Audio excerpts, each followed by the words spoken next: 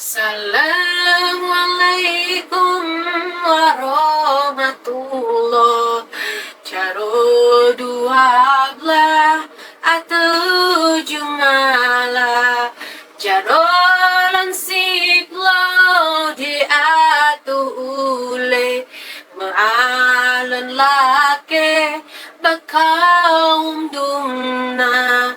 Jaro lansip lo di atu ubon. Assalamualaikum lam tegur sapa. Alkisah di sebuah negeri bernama Simil. Tinggallah seorang raja dan ratu yang memiliki seorang anak laki-laki bernama Rohib. Rohib merupakan anak yang sangat dinanti-nantikan oleh raja dan ratu begitu lamanya, sehingga raja dan ratu sangat menyayangi Rohib. Namun, ada satu hal yang membuat hati raja menjadi sangat gelisah, yaitu ketika Rohib yang semakin tumbuh besar dan dewasa, tapi sehari-harinya dia hanya sangat senang bersantai-santai bersama 3 hewannya, si anjing, si kucing, dan si tikus. Raja pun memutuskan untuk mengirim Rohib belajar di negeri seberang. Raja berharap Rohib bisa menjadi orang yang lebih rajin dan bekerja keras. Namun, sebelum masa belajarnya berakhir, Rohib memilih pulang kembali ke rumah. Raja dan ratu semakin bingung. Apa yang harus mereka lakukan untuk Rohib? Ratu memiliki ide. Idenya adalah, bagaimana jika Rohib diberikan modal untuk membeli barang-barang di pasar dan kemudian berdagang? Raja sepakat itu adalah ide yang bagus menurut raja. Rohib pun dipanggil oleh raja dan ratu dan diberikan tugas untuk berdagang. Rohib pun akhirnya pergi ke pasar. Untuk pergi ke pasar, Rohib harus melewati jalan setapak yang ada di tengah hutan. Ketika Rohib berjalan, dia mendengar suara. Stop! Stop! Stop! Suara apa itu? Rohib menghampiri suara itu dan melihat ada seorang anak yang sedang bermain ketapel dengan batu yang besar dan dilemparkannya ke atas pohon. Stop! Stop! Stop! Ternyata anak itu sedang melempari batu mengarah ke sarang burung yang ada di atas pohon. Rohib berusaha menghentikannya, tapi anak itu protes. Nah, kenapa kau menghentikanku? Tidak ada hakmu, kata si anak itu. Kemudian Rohib bernegosiasi. Bagaimana jika ketapelmu awak beli? Kalau ketapelmu awak beli dengan syarat kau tidak lagi melempari batu ke atas pohon itu. Anak itu setuju. Dia mendapatkan uang dari Rohib dan ketapelnya Rohib beli. Rohib berjalan lagi di jalan setapak. Dia terus berjalan dan berjalan. Dan dia mendengar suara. Suara apa itu? Rohib pun menghampiri sumber suara dan ternyata itu adalah suara dari sebuah tongkat kayu yang cukup panjang dan dipukulkannya ke batang pohon. Rohib melihat di atas pohon itu ada seekor monyet yang sedang ketakutan. Rohib meminta seseorang itu untuk berhenti memukuli batang pohon dengan kayu besar tersebut. Tapi orang tersebut tidak mau.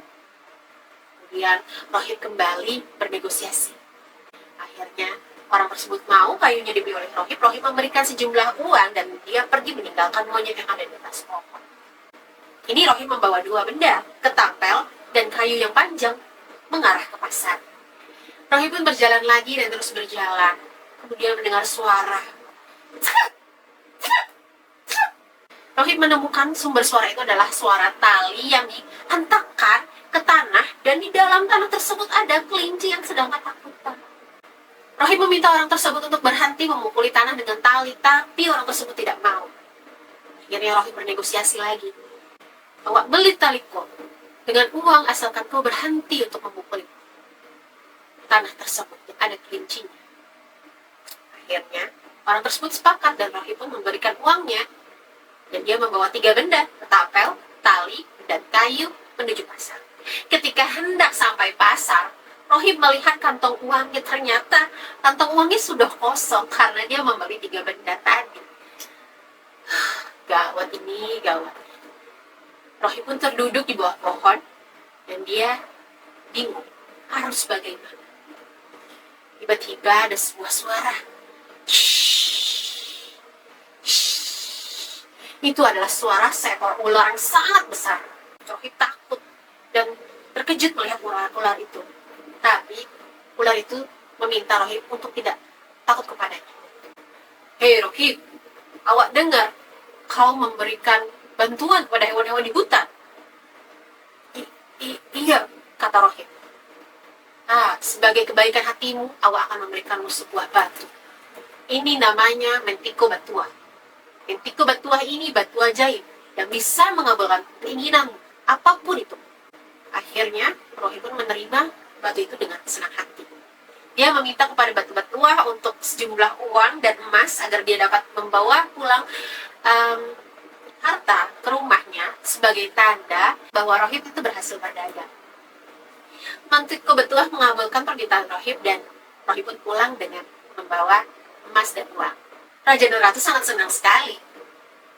Suatu ketika, Rohib ingin membawa batu itu dengan cara yang ringkas. Dia ingin menjadikannya cincin agar dia tinggal memasangnya di jari, agar batu itu tidak hilang dan tidak mudah jatuh ke orang yang salah.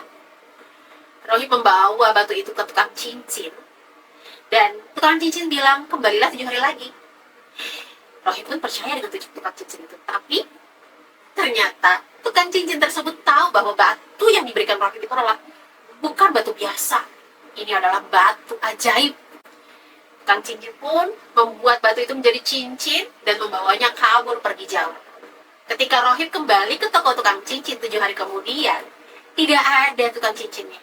Dia menghilang. Gawat. Batu itu bisa jatuh ke tangan orang yang salah. Akhirnya Rohib meminta 3 sahabatnya, yaitu si anjing, kucing, dan tikus untuk mencari Mentiko Batua. Dengan kemampuan penciuman sang anjing mencium di mana bau Mentiko Batua berada. Ternyata Mentiko Batua dibawa oleh sang tukang cincin di rumahnya yang jauh di pelosok hutan. Sang tikus yang mengambil Mentiko Batua itu karena badannya kecil dan bisa diam-diam mengendap-endap, mengambil tanpa bersuara agar sang tukang cincin tidak bangun. Mereka pun pulang dan hingga tiba di sebuah sungai.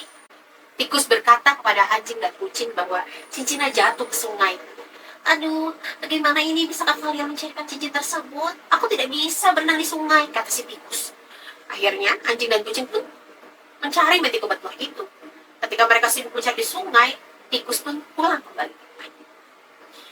Mereka tidak menemukan Mentiko Batua itu di sungai. Dan ketika sampai rumah, ternyata tikus telah memberikan Mentiko Batua kepada Rohib. Dan Rohib pun memberikan hadiah kepada sang tikus karena sudah menemukan Mentiko Batua. Ternyata teman-teman, sejak saat itu, itulah yang membuat mengapa kucing dan anjing setiap kali melihat tikus itu tidak suka. Karena tikus tidak menepati janjinya. Itu dia cerita dari Aceh, Mentiko Batua.